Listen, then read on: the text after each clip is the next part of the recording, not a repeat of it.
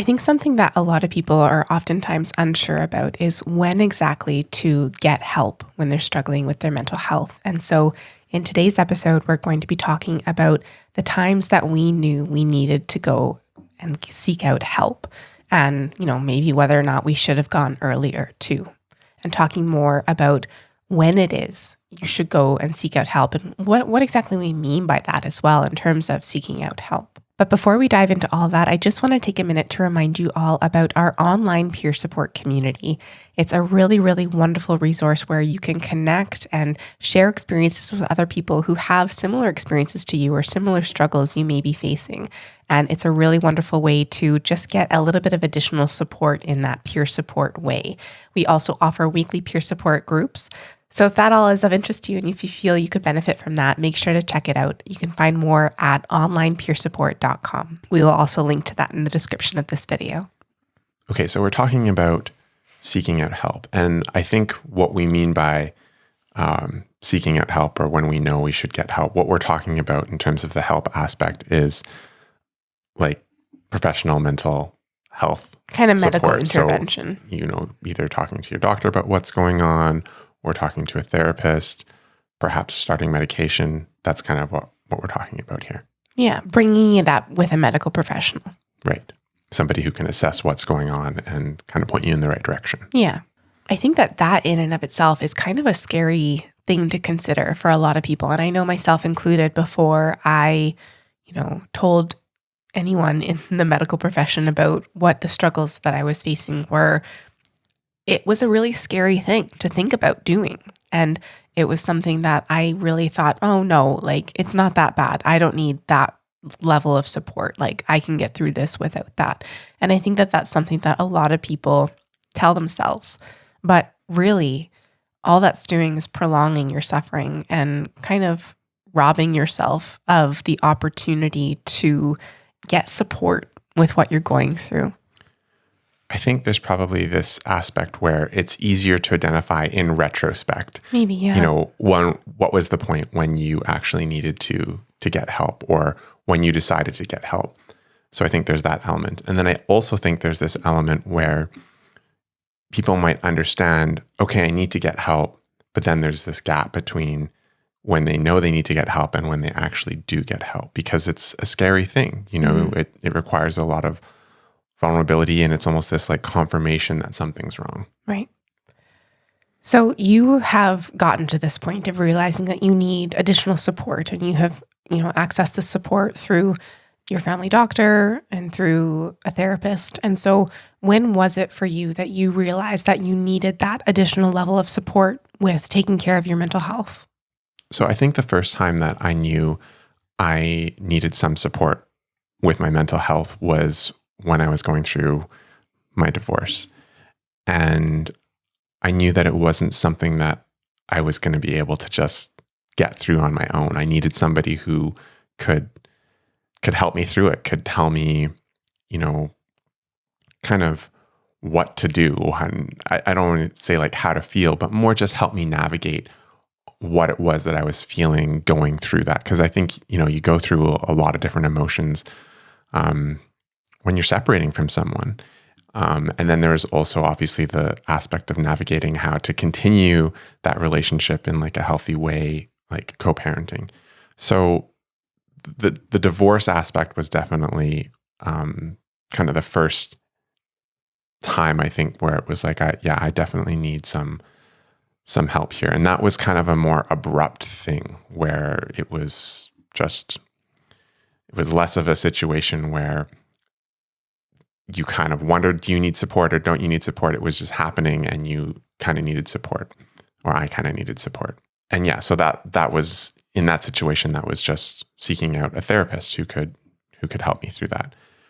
And then I guess 2 years ago, maybe 2.5 years ago, kind of at the peak of the pandemic, I started, this was kind of a different situation now. And this was kind of more dealing with depression. And I hadn't really dealt with that at all in my life before. And yeah, peak pandemic, kids are home all the time now. Life is disrupted. not sure about what's going to be happening in the like near future, how things are going to be handled. And I found that disruption really difficult to manage and really difficult to navigate. And I was still in therapy at the time because after divorce, I just never stopped going to therapy. There's just always something, and I just feel like it's healthy to be in therapy. But I think I knew I needed help and support because I was feeling every day kind of like weepy and kind of like I was going to cry for no reason, or sometimes I just did cry for no reason. And I remember thinking that, I got through a divorce and it never felt this bad. And just wondering, like, there's no real stimulus here. I mean, I guess besides the pandemic, which I guess that's a sizable stimulus. But yeah, I had gotten through the divorce and I didn't feel this bad. So just kind of comparing how I was in that moment to the previous, I would say, like, biggest kind of disruption in my life. I knew that something was off. And that's when I talked to my GP and started antidepressants. Actually, I talked to my therapist first, and I think she knew something was off as well. And she also recommended talking to my GP and getting started with medication. So it was kind of a matter of you experiencing emotions that didn't feel appropriate to your situation and to what you were going through, or maybe not appropriate, but they seemed outsized or whatever for what you were experiencing. I didn't feel like I would be able to manage them on my own.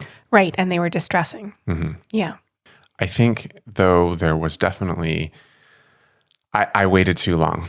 I think you knew that I wasn't doing well. And there was definitely this period of time where I was just like, I didn't want to think that I would need to deal with it, like, through therapy or medication. And why was that?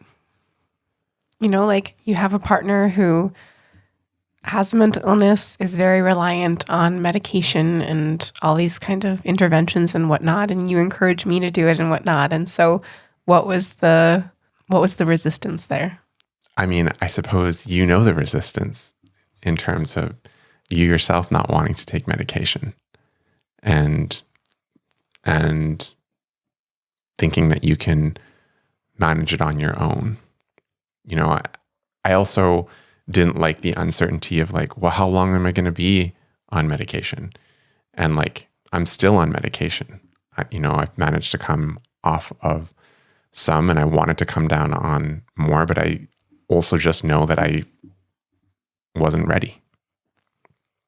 And it's been 2 years. I thought it would be this thing where I would only be on it for like a year, like, to get through a really difficult part of life, but it just hasn't been the case. So in hindsight, you said that you probably waited too long to reach out for help from your doctor.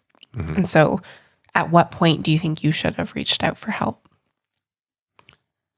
I mean, I think that if you're feeling weepy every day, that's probably a pretty good indicator that right. You don't really need to wait. I think that there's a level of shame that you deal with as well. It becomes something that's real when you're actually dealing with trying to get help for it and, wondering what other people are going to think and that kind of thing. I think that's a really unfortunate reality of dealing with mental health, is that it's very hard to separate mental illness or mental health difficulties with or from who you are.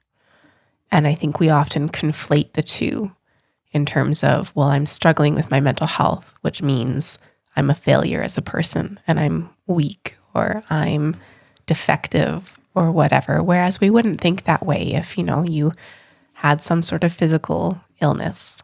It would be, oh, this part of my leg is broken or whatever it is. And you wouldn't conflate that so much with who you are.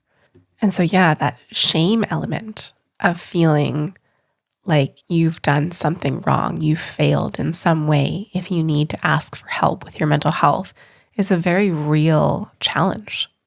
But I guess take this opportunity to clarify to people that that's not the way it is. Like part of your body, your brain, is having a tough time and needs a little bit of extra support. And that doesn't mean anything about who you are.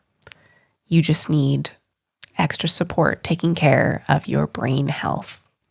Again, like in retrospect, it did seem like after I was on medication and I started like feeling better, it was kind of a situation of like, why did I wait so long? Mm-hmm. And I guess that's where the easier to recognize in hindsight comes into play, where you get the help and you're feeling better and you're like, my God, why did I deprive myself of this for so long? Why did I not ask for help sooner? Yeah. And I was thinking about how, having this conversation right now and having other people think about that experience themselves. Like, when was it that I first knew I needed help? It kind of helps set you up in the future in terms of you understanding when you might need to get help again in the future, if you need to get help, Right. Recognizing those signs, and not waiting so long.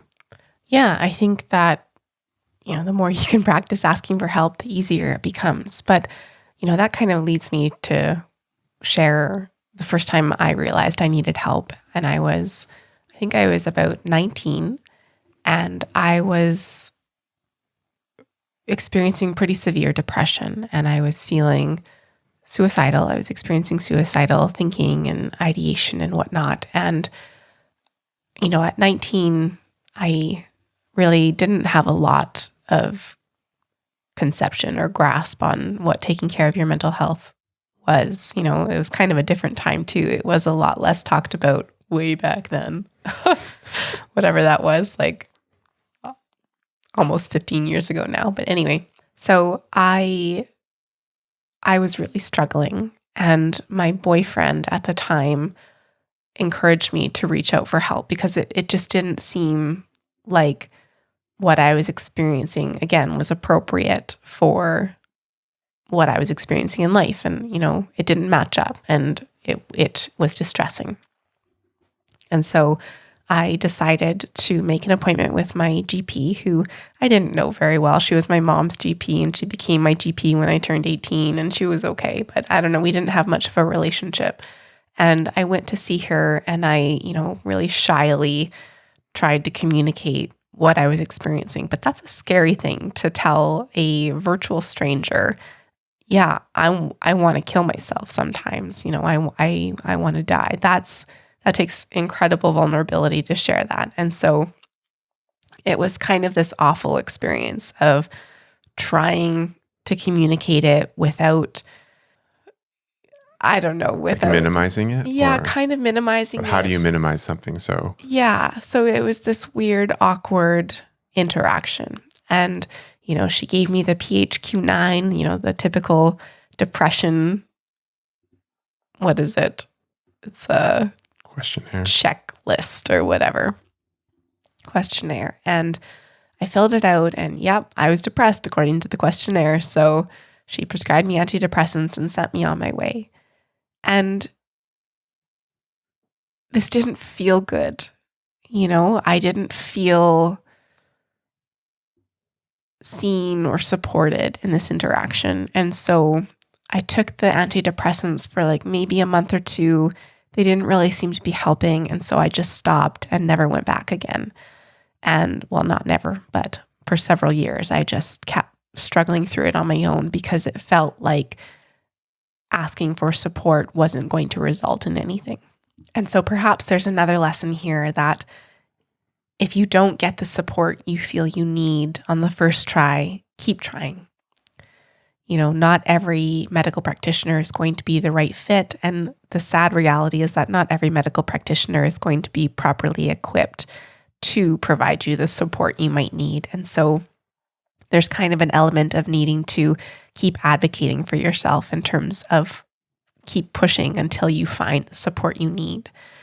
And so I kind of struggled through the depression that I was experiencing, the symptoms that I was experiencing for another several years. But then when I was the first year of my second degree program, so it was 2013, so I would have been 22, the suicidal ideation and the suicidal thinking became too much. I couldn't really manage it anymore. And I knew that I was going to act on it unless I sought out additional support. And it became so intense. And I don't know, I had so much despair that I couldn't really function the way that I needed to in school and the way that I wanted to in life. And so I made the decision to seek out counseling at the university. And that was kind of the tipping point in terms of getting access to a GP at the university, a psychiatrist at the university, and accepting that, well, maybe not accepting quite yet, but on the journey towards accepting that level of support. And yeah, kind of the same sort of situation where I wish I hadn't waited so long. That was from 19 to 22, at least 3 years of suffering that I endured because of similar reasons that you mentioned, of feeling shame, of thinking I can get through it on my own, and that resistance to asking for professional support was really there.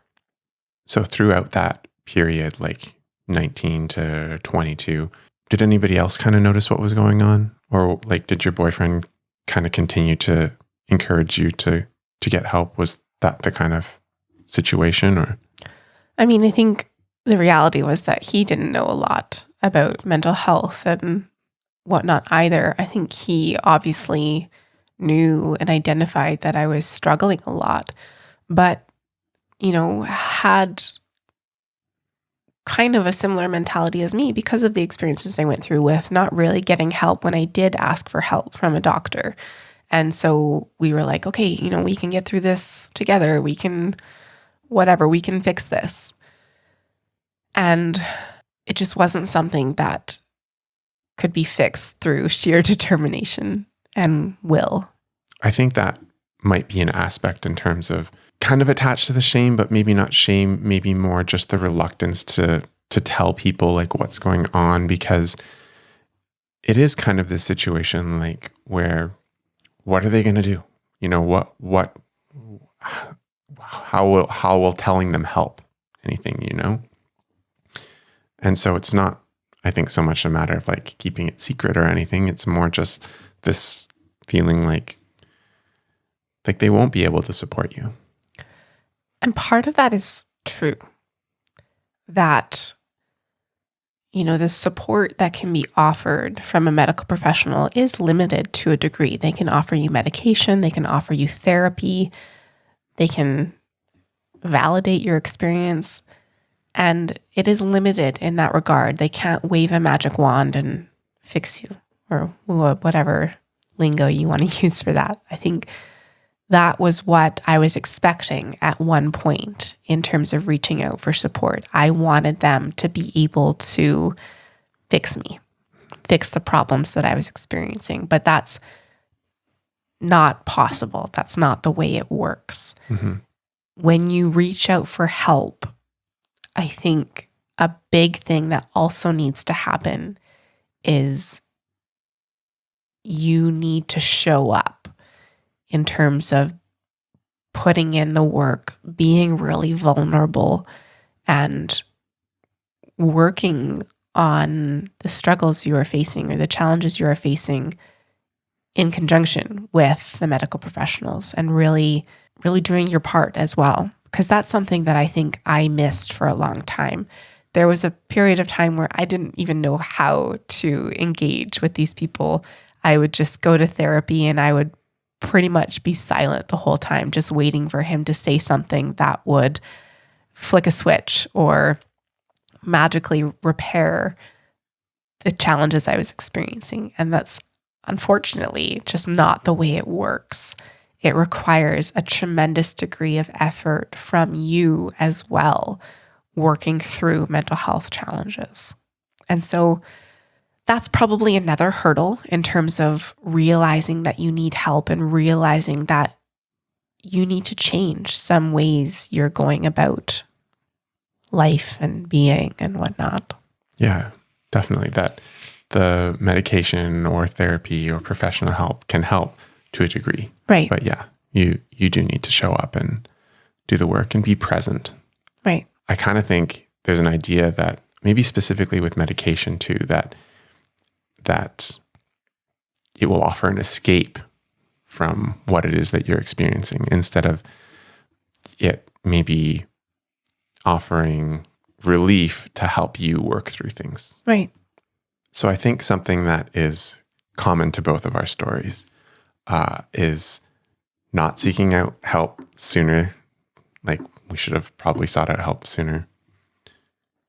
Maybe also listening to people who are in our lives who might be noticing changes. And I think that's something that's a little difficult to do because it's a little like conflict prone. If somebody's like, you seem different or you're off or, you just kind of want to deny that. But I mean, it's tough too if you're not seeing it yourself yet to have that personal buy-in that we were talking about needing to show up and acknowledge that you need to work hard and make changes and stuff. It's if someone's just telling you, oh, something's different, but you don't feel it yet yourself, that can be really difficult then to accept and to show up. But it's a good starting point to try to listen to input from those who see you every day. And reflect on it. Yeah, and reflect on it. Yeah. So in terms of the seeking help earlier, perhaps some things to touch on would be that I think that a lot of times also in conjunction with like the shame elements that we've talked about and not wanting to accept help, I think sometimes some people kind of play into the suffer Olympics. And by that, I'm talking about, either they don't think their suffering is as bad as other people's, and so it doesn't warrant going to ask for help or, that kind of thing. I think that definitely happened between you and me. Like where you didn't think that your mental health was in a bad place because it wasn't as bad as my mental health. Well, kind of. Yeah. Yeah.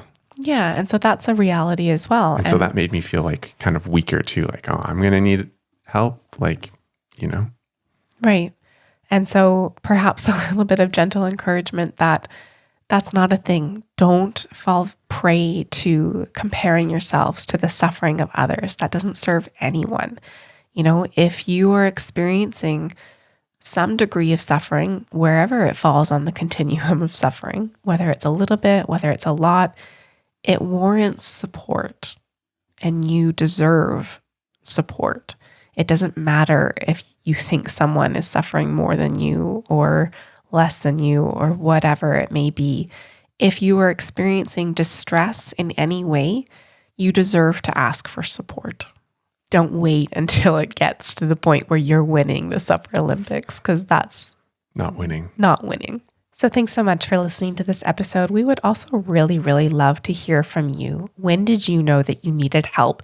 And, was it later than you should have sought help, or what was that experience like for you? We would love to hear from you in the comments below on our YouTube channel. Just a reminder that you can listen to this podcast anywhere you listen to podcasts, but we would really encourage you to go over to our YouTube channel and subscribe so that you can engage with us in comments and you can be sure not to miss any future episodes. Also, just a quick reminder about our online peer support community, which you can find out more at onlinepeersupport.com. Again, that's linked in the description below too. Thank you so much for listening, and we'll see you in the next episode. Bye. Bye.